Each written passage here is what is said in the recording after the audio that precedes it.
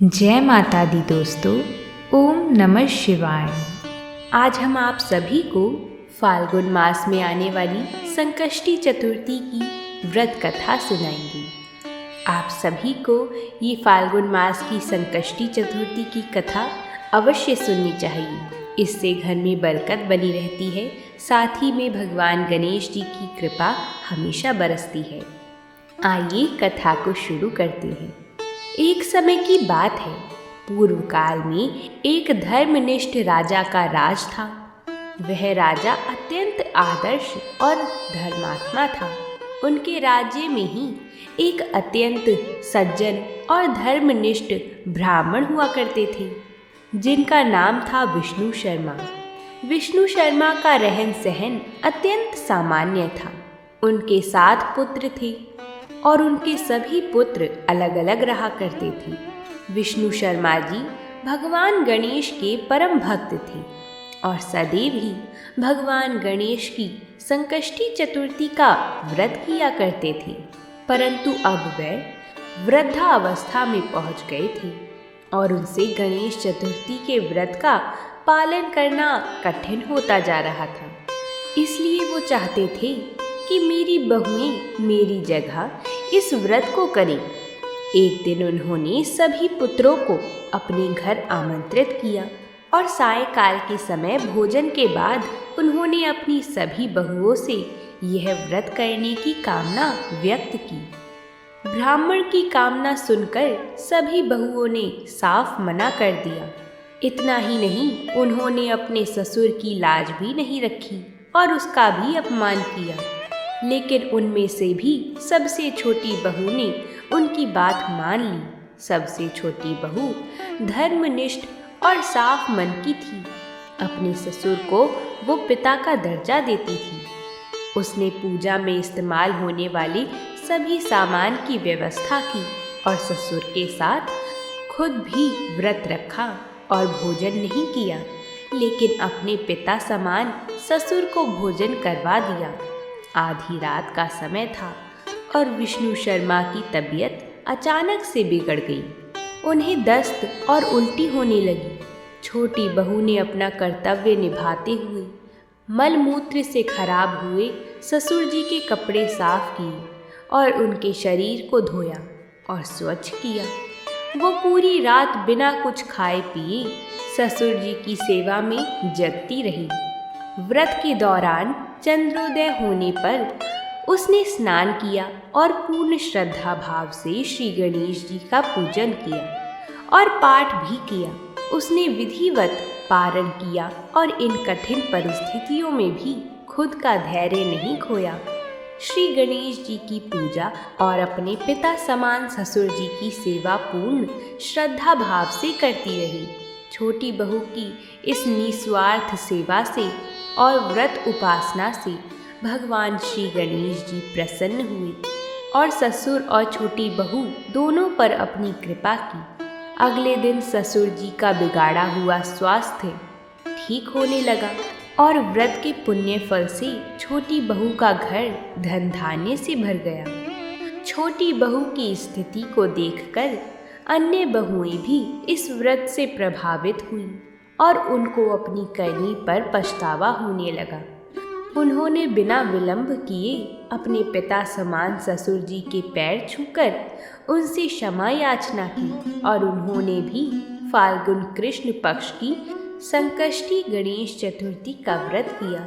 इतना ही नहीं, उन्होंने अब से साल भर आने वाली हर संकष्टी गणेश चतुर्थी करने का शुभ संकल्प लिया।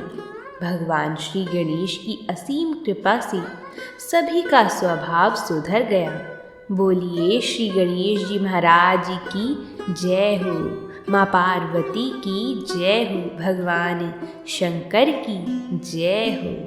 अगर आप सभी ने यहाँ तक कथा को सुना है तो वीडियो को एक लाइक ज़रूर कर दें, ताकि आप सभी के सुझाव से और लोगों तक भी यह कथा जा पाए और वह भी इस कथा का लाभ उठा सके। अब हम संकष्टी चतुर्थी की दूसरी पौराणिक कथा को सुनेंगे, जिसके अनुसार 2 देवरानी और जेठानी रहा करती थीं। देवरानी के पास बहुत धन था, लेकिन जेठानी गरीब थी। जेठानी गणेश जी की बहुत आराधना करती थी। वह अपनी देवरानी के घर आटा पीसने जाती थी। जिस कपड़े से वह आटा छानती थी, उस कपड़े को घर लाकर पानी में घोलकर अपने पति को पिला देती थी। एक दिन देवरानी के लड़के ने देख लिया और अपनी माँ से बोला कि माँ, ताई यहाँ से आटे का कपड़ा ले जाकर ताऊ जी को घोलकर पिला देती हैं। देवरानी बात सुनकर बहुत गुस्सा हुई और जेठानी को बोली कि मेरे घर से आटा छानने के बाद कपड़ा यहीं पर रखकर हाथ धोकर जाया करो। वह ऐसा ही करने लगी, लेकिन जब वह घर जाती तो उसका पति बोलता कि मुझे आटा घोल कर दे। जेठानी ने बोला कि आज उसने आटा छानने का कपड़ा रख लिया है। तब उसका पति गुस्से में आकर उसको मारने लगा। उस रात वह दर्द में गणेश जी करती सो गई। गणेश जी आए और उन्होंने पूछा कि क्यों सो रही है। वह बोली कि मेरी देवरानी के आटा छानने वाला कपड़ा मैं लाकर पति को घोलकर पिला देती थी। आज उसने कपड़ा रख लिया, मैं पिला नहीं सकी, इसलिए मेरे पति ने मुझे मारा है। गणेश जी ने कहा, मैं घर घर से तिलकूट खाकर आया हूँ, इसलिए मुझे शौच जाना है। कहाँ पर जाऊँ? उसने कहा कि महाराज, बहुत जगह पड़ी है, कहीं पर भी चले जाओ। गणेश जी शौच करके वहाँ से चले गए। थोड़ी देर बाद जब उसने उठकर देखा कि सारा घर तो हीरो से जगमगा रहा है, वह धन को इकट्ठा करने लगी तो देवरानी के घर जाने में देर हो गई। देवरानी ने लड़के को भेजा कि देखकर आओ, आज ताई क्यों नहीं आई। लड़के ने आकर देखा कि ताई के घर में तो बहुत सारा धन हो रहा है। उसने जल्दी से जाकर अपनी माँ को बताया। देवरानी दौड़ती दौड़ती आई और पूछा कि तेरे यहाँ इतना धन कहाँ से आया। तब जेठानी ने सारी बात बता दी। इतनी सुनकर देवरानी घर पर आई और अपने पति से बोली कि मुझे भी लकड़ी से मारो। जेठानी के पति ने उसे लकड़ी से मारा था, उसके घर बहुत धन हो गया है। उसका पति बोला कि तू धन की भूखी क्यों मार खाती है, लेकिन वह नहीं मानी। उसके पति ने उसे खूब मारा। वह सारा मकान खाली करके गणेश जी का नाम लेकर सो गई।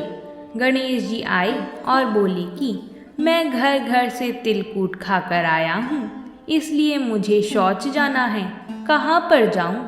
तब वह बोली कि महाराज, मेरे तो बहुत बड़ा मकान है, कहीं पर भी चले जाओ। गणेश जी शौच करके वहाँ से अंतर्ध्यान हो गए। थोड़ी देर बाद वह उठकर देखती है तो उसने देखा कि घर में बहुत सारा कूड़ा कचरा रखा हुआ है।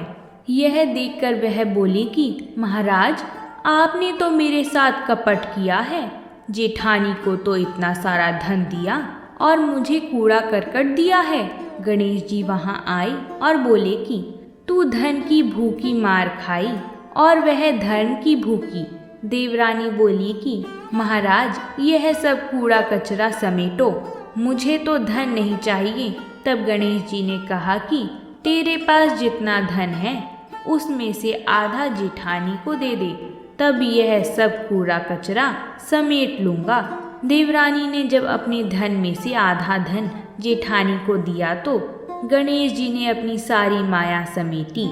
हे गजानन गणेश जी महाराज, देवरानी को दिया वैसा किसी को मत देना, और जैसा जेठानी को दिया वैसा सबको देना। विनायक जी की कहानी कहने वाले को, विनायक जी की कहानी सुनने वाले को और हुंकार भरने वाले को सभी के घर धन धान्य से भरना। तो बोलिए गजानन महाराज की जय। तो दोस्तों, कैसी लगी आपको यह कथा?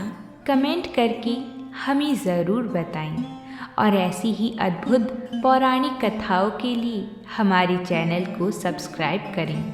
प्रेम से बोलिए जय माता दी।